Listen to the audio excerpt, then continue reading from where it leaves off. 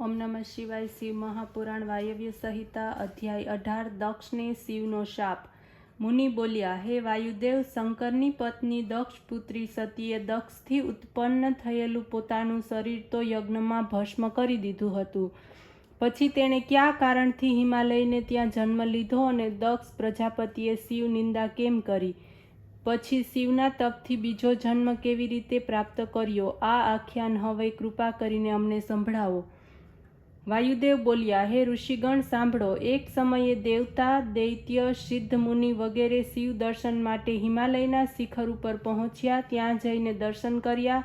એ સમયે ભગવાન દેવી સતી સાથે દિવ્ય સિંહાસન ઉપર બિરાજમાન હતા. ઠીક તે સમયે જ દેવતાઓની સાથે પોતાની કરવા તથા ભગવાન શંકરને મળવાને માટે દક્ષ પણ ત્યાં આવી પહોંચ્યા. એ સમયે ભગવતી સતીને પોતાના પિતાનું આગમનનું ધ્યાન ન રહ્યું. આ જોઈને દક્ષને ક્રોધ આવ્યો. કેવળ પોતાની પુત્રી દ્વારા સન્માન ન થવાથી તે અજ્ઞાની પોતાની કન્યાનો શત્રુ બન્યો. આ કારણે ભગવાન શંકરને ત્યાં કન્યાને યજ્ઞમાં તેણે નિમંત્રણ ન કર્યા. અન્ય સર્વ કન્યાઓ તથા જમાઈઓને બોલાવ્યા. નારદજી કોઈક કારણસર એ સમયે કૈલાસ પર પહોંચ્યા. દક્ષના યજ્ઞમાં સર્વ બહેનોને આમંત્રિત કરવામાં આવી છે તેવા સમાચાર તેમને શિવજી તેમજ સતીને કહી સંભળાવ્યા. વૃત્તાંત સાંભળતા જ સતીએ દક્ષને ત્યાં જવા માટેની ઈચ્છા વ્યક્ત કરી. આ આગ્રહપૂર્વક તેમણે શિવની પાસેથી આજ્ઞા મેળવી લીધી. નંદી ઉપર સવાર થઈ તેઓ ગણની સાથે ત્યાં આવી પહોંચ્યા. યજ્ઞમાં સતીને આવેલા જોઈને દક્ષ અત્યંત ગુસ્સે થયા. એમનું કંઈ પણ સન્માન કરવામાં ન આવ્યું. એ સમયે શિવની અવગણના તેમજ પોતાના સન્માનનો વિચાર કરીને સતીએ દક્ષને કહ્યું, હે પિતાજી, હું તો આપની મોટી દીકરી છું. મને આપે યજ્ઞમાં કેમ ન બોલાવી? બ્રહ્મા વગેરે દેવતાઓ, દાનવ, માનવ, ઋષિ, મુનિ સર્વ આપના આ યજ્ઞ મહોત્સવમાં આવ્યા છે. આ સર્વનું યથેષ્ટ પૂજન પણ કરવામાં આવ્યું છે, પરંતુ ભગવાન શંકરને તમે પૂછ્યું પણ નહીં, જે સર્વ ચરાચરના સ્વામી છે.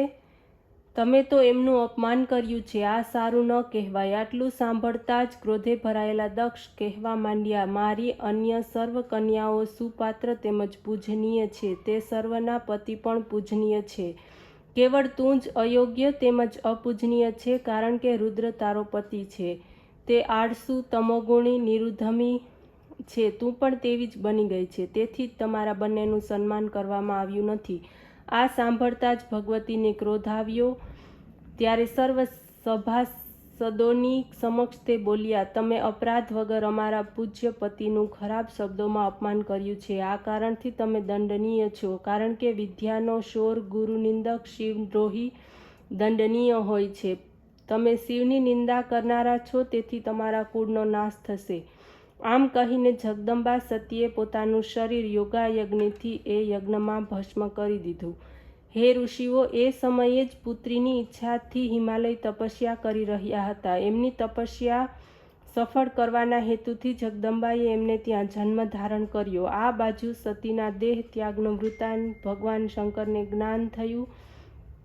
ત્યારે ક્રોધમાં આવીને શિવજીએ દક્ષ તથા ભૃગુ વગેરે સર્વ ઋષિઓને શાપ આપ્યો. આ દક્ષે કેવળ મારી પત્નીને હોવાથી કારણે મારી પ્રિયા સતી દેવીનું અપમાન કર્યું છે. એટલા માટે મને એનું શરીર છૂટી જાઓ અને ફરી સાક્ષુપ મન્વંતરમાં પ્રચ્છેતાના પુત્ર તરીકે જન્મ્યા.